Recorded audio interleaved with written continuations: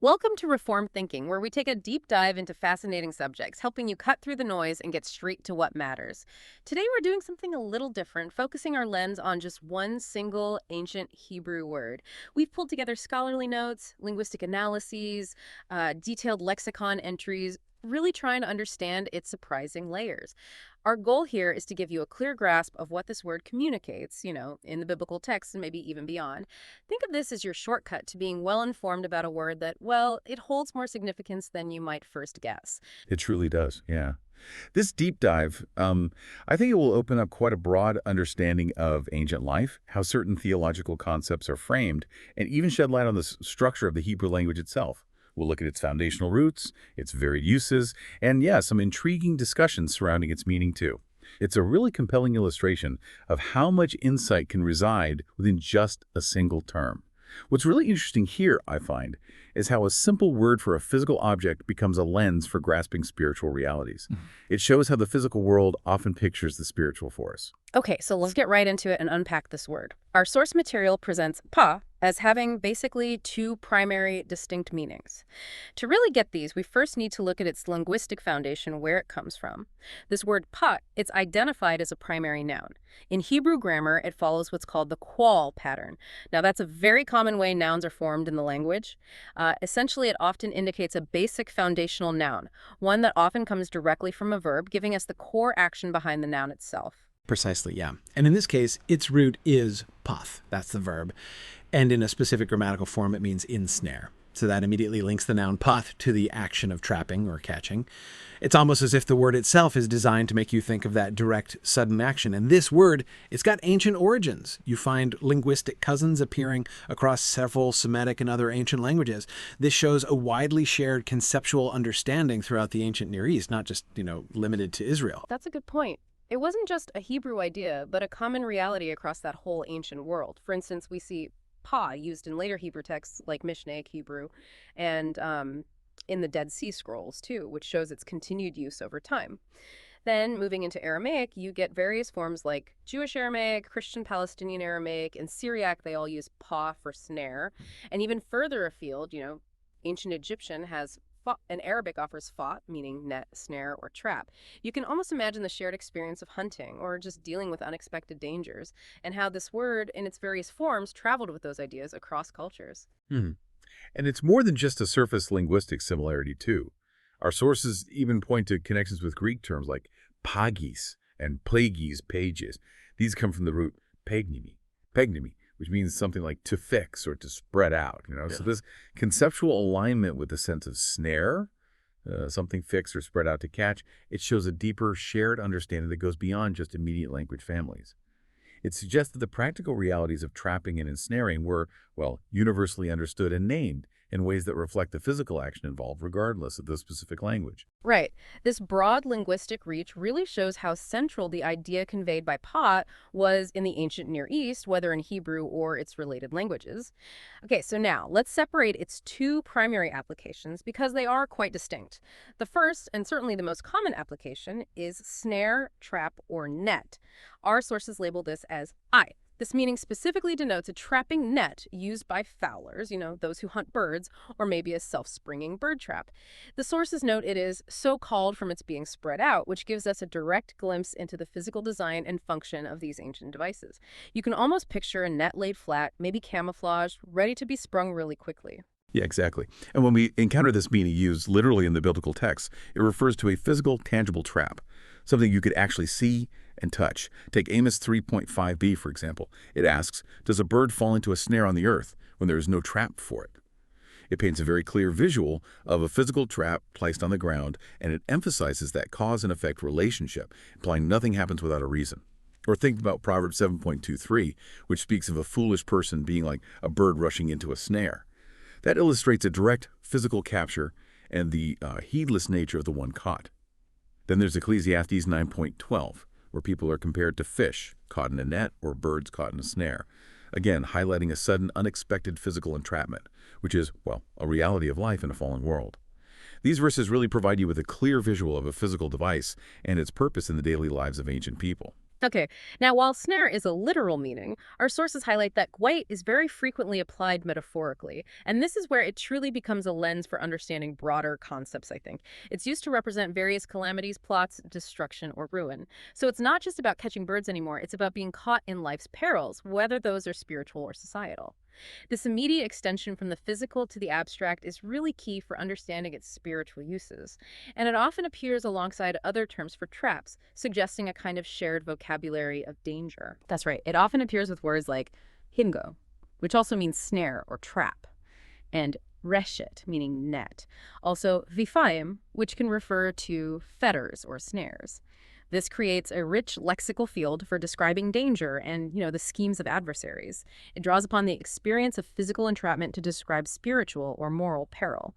This lexical pairing, it really underscores the idea of Yeah. entanglement and being held captive, a concept that's deeply relevant to our understanding of sin and its consequences for those who rebel against God's ways. hmm And then, as if to throw us a curveball, we have this entirely distinct yet really fascinating second meaning for paw, designated as two. This refers to thin plates, sheets of metal, or leafing.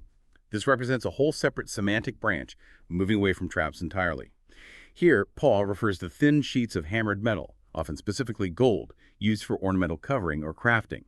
It's almost startling how different it is from the first meaning. It is, yeah. Yet the connection might still be there in the underlying concept. We see clear examples of this literal usage in the Old Testament. Exodus 39:3 speaks of thin plates of gold. Actually, these were beaten and cut into threads for the ephod, that highly ornamental priestly garment. Imagine the skill involved in hammering gold so thin it could be woven into fabric. And Numbers 17:3, which is 16.38 in English versions, references thin plates used for covering the altar, specifically from the censers of Korah's rebellious company. This demonstrates a sophisticated level of craftsmanship in ancient Hebrew society, particularly concerning sacred items used in tabernacle worship. It shows they possessed the skills to hammer precious metals into very thin, workable sheets, indicating a developed material culture and, advanced artisanry for the time. So what's the connection then? How does a bird trap relate to a sheet of gold?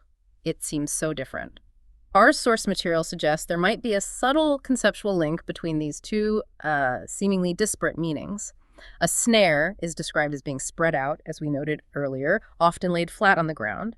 And similarly, a thin plate is understood as something pounded thin or spread out like a lamina, a flat sheet. So the underlying concept that connects them might just be the idea of something being thin and spread out, covering an area. This common characteristic, it offers a kind of cohesive view of the word's development, even across very different applications.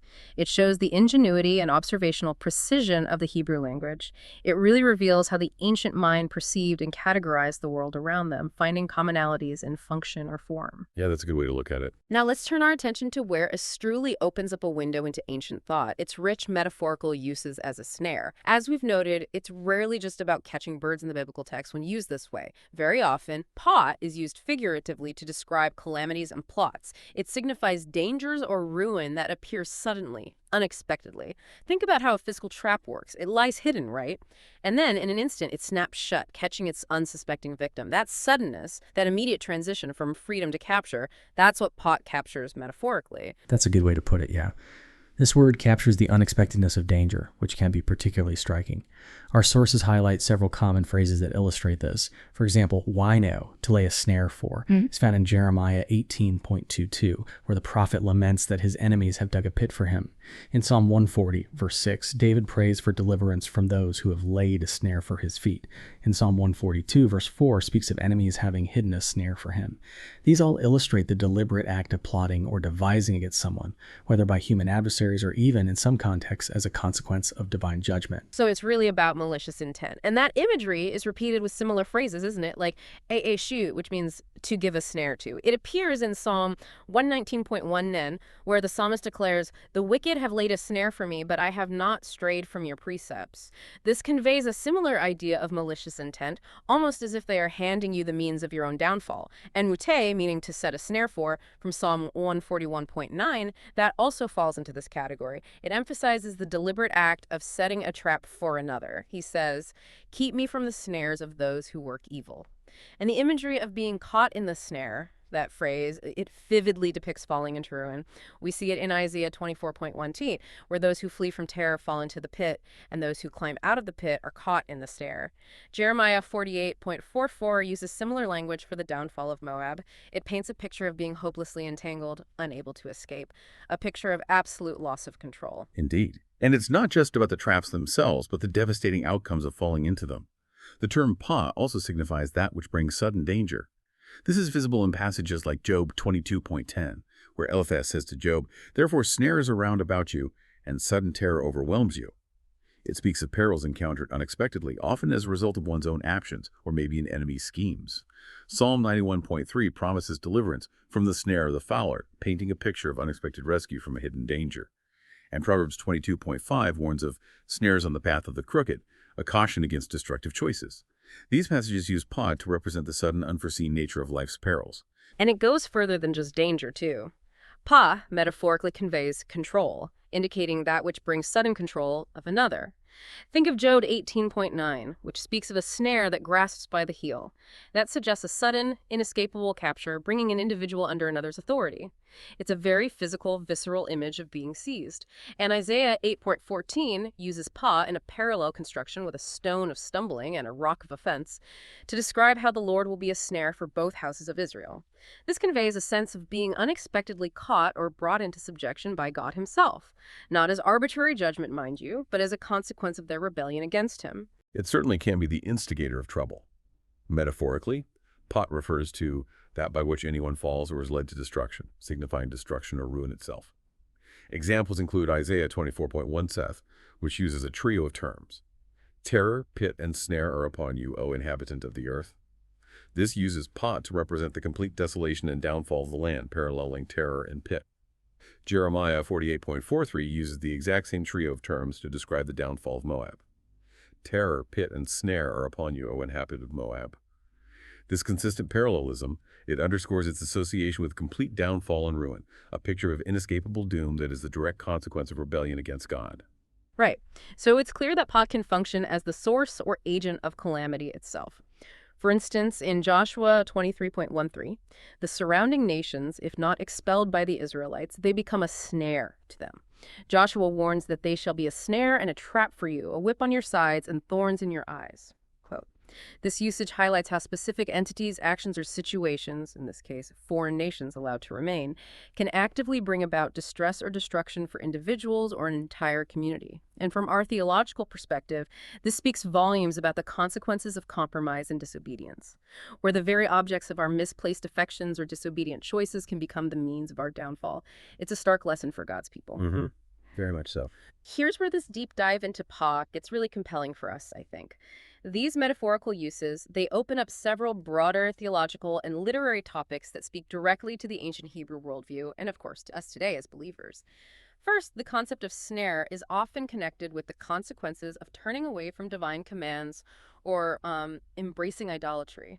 This aligns squarely with our understanding of God's justice, where actions truly have consequences in the moral universe he has created. Absolutely. The Bible often portrays a moral order where disobedience leads to spiritual entrapment. It's not arbitrary. For example, in Joshua 23.23, the remaining inhabitants of the land are described as becoming a snare for Israel. This illustrates how spiritual compromise, by not driving out these nations as God commanded, leads directly to entrapment and peril for Israel. It's a direct consequence for unfaithfulness, showing God's people being caught by their own disobedience, much like an animal caught in a trap set by its own carelessness, perhaps. Similarly, in Hosea 5.1, the prophet cries out, "Listen, O priests, pay attention, O house of Israel. Give ear, O house of the king, for the judgment is for you have been a snare at Mizpah and a net spread upon Tabor." This refers to Israel's idolatry and is often understood as a form of divine judgment for their unfaithfulness, where their own sinful practices became the snare that entangled them. This isn't arbitrary punishment. It's presented as a just response to a people turning away from their covenant obligations. It raises an important question then. Who is it that lays the trap? Our sources indicate it's not always God's direct action, but often it's human malevolence. The image of the wicked laying snares that brings attention to the topic of human malice and the persecution of the righteous. In Psalm 119.1m, the psalmist states, "The wicked have laid snares for me, but I have not strayed from your precepts." Or in Jeremiah 18.22, the prophet cries out against those who have dug a pit for my life. Ain't too. This portrays life as a struggle against adversaries who seek to entrap or destroy others through deceitful plots. That's a stark reality for those seeking to follow God's path in a fallen world. Indeed. It's a sobering recognition of the reality of spiritual warfare and, well, human evil. The pervasive use of Pach to denote danger or destruction, it brings to light the vulnerability of humanity to unforeseen circumstances and hostile forces. Ecclesiastes 9.42 sortily states that man is also caught in an evil snare, acknowledging the universal experience of facing unexpected peril, often through no fault of their own, simply by living in a broken world. The sheer suddenness of the snare, it highlights how quickly life can change, how swiftly circumstances can turn against us. It's a vivid picture of the fragility of human existence. But there's also a counterpoint, isn't there? A message of hope. Conversely, being delivered from the snare becomes a vivid metaphor for divine protection and salvation.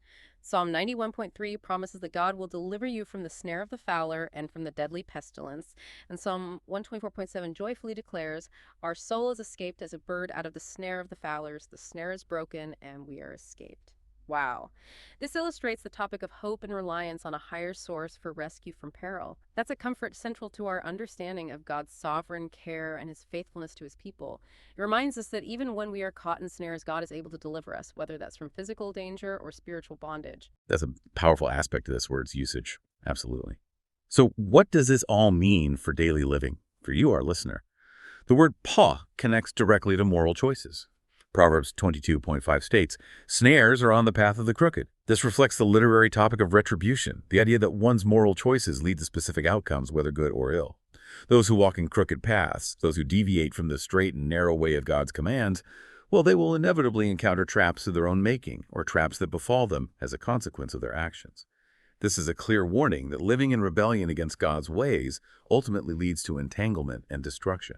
That's a concept central to the wisdom literature. It's presented as a natural unfolding of the consequences of sin, not merely a punitive act from God. Okay, now let's zoom in on some of the fascinating linguistic specificities and maybe some of the interpretive challenges scholars face with pa. It's here that we really get into the nuts and bolts of how the word operates in Hebrew. Our sources present several standard verbal constructions involving pa that illuminate its use in different contexts. They give us a feel for the active role of this word in everyday and poetic language. You absolutely do, yeah. For instance, one common phrase is, which means to become a snare or trap. We see this in Joshua 23.3, which we just discussed, where the foreign nations become a snare to Israel. In Isaiah 8.14, the Lord himself is said to become a snare to those who don't believe in him, acting as a stumbling block. And Psalm 69.23 uses it when the psalmist prays, "Let their table before them become a snare." This construction shows how an entity or situation can actually transform into a trap. It's a very vivid picture, yeah. Other common constructions include aim, emen pale, meaning to lay or hide a snare for someone. You find that in Jeremiah 18.22, referring to plots against the prophet, Psalm 140.6, where David's enemies hide a snare, and Psalm 142.4, where the psalmist finds no refuge because, well, they have hidden a snare for him. All of these convey the deliberate act of plotting, often covertly. Then there's adastak, not pala, which means to give or place a snare for someone, as used in Psalm 119.1 Nero, the wicked have laid snares for me. This highlights the active placement of danger. And we also see his yakashbar alin, meaning to ensnare someone with a trap. That's from Psalm 141.9, where the psalmist prays, "Keep me from the snares that they have set for me." It can also be expressed as "Iskarfejah they ensnared me," in the same verse, showing a direct action taken against the speaker. Then we have phrases that describe the consequence of the snare, like ulaha, which means a snare comes up, found in Amos 3.5. It's a very specific, almost technical description of the trap being sprung, the net suddenly rising to catch its prey. The moment of capture. Right. And then the even more explicit phrases like cheese taste, or to be caught by a snare, which appears in Job 18.9, where the snare seizes the wicked by the heel. It shows the act of being seized, of the trap taking hold, and the very clear outcome is she's nilkod, bapa, to be caught in the snare, as vividly depicted in Isaiah 24.18, describing the inhabitants caught in the land's desolation, and Jeremiah 48.44 for the downfall of Moab.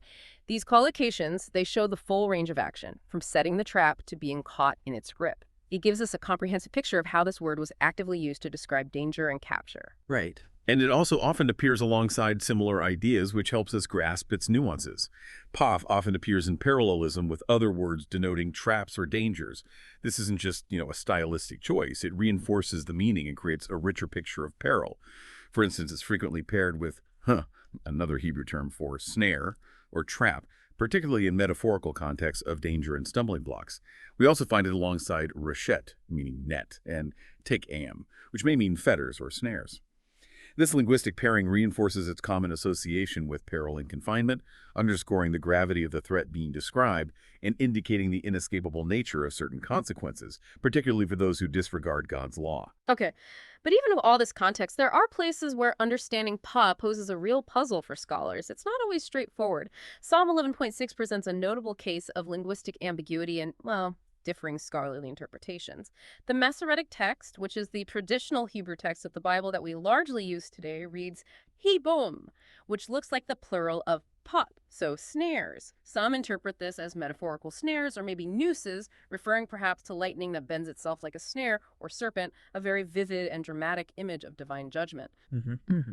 However, alternative interpretations have been proposed by various scholars, suggesting a different understanding to better fit the verse's context of fire and brimstone, which describes God pouring out judgment upon the wicked. For example, Symmachus, an early Greek translator, and Delhud, a more modern scholar, they suggest reading it as otum, meaning bellows, or maybe hot coals.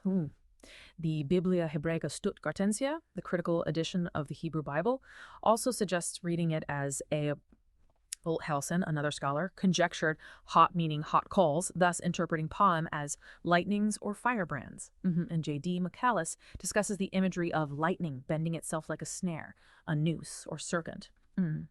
So this whole discussion, it highlights how the word's form could be interpreted differently based on the surrounding context. Sometimes it even leads to proposed changes to the text or emendations to fit a specific understanding of the passage, especially in a verse describing such intense divine judgment. It's really a window into the ongoing work of textual criticism and exegesis. It truly is. It shows how scholarship is always seeking the clearest understanding of the original message, even when faced with subtle linguistic distinctions like this. Scholars weigh textual evidence, cognates from other languages, the context, trying to discern the most probable original meaning. It reflects the ongoing, diligent work of careful interpretation within biblical scholarship, ensuring that we accurately understand what God's word communicates to us. This single word, paim, in one verse becomes a kind of microcosm of the whole interpretive process itself. That's a great way to put it. Now, our sources also draw some crucial distinctions that help us fine-tune our understanding of pa. It's important to recognize that a word spelled similarly can have a completely different meaning. So, to, with the suffix sho, that spelling can also refer to anarvi pa patha, meaning the governor of a province, like we see in Nehemiah 5.13. This is considered a completely separate word, a homograph spelled the same, but different meaning and origin. It's not part of the semantic evolution of snare or plate.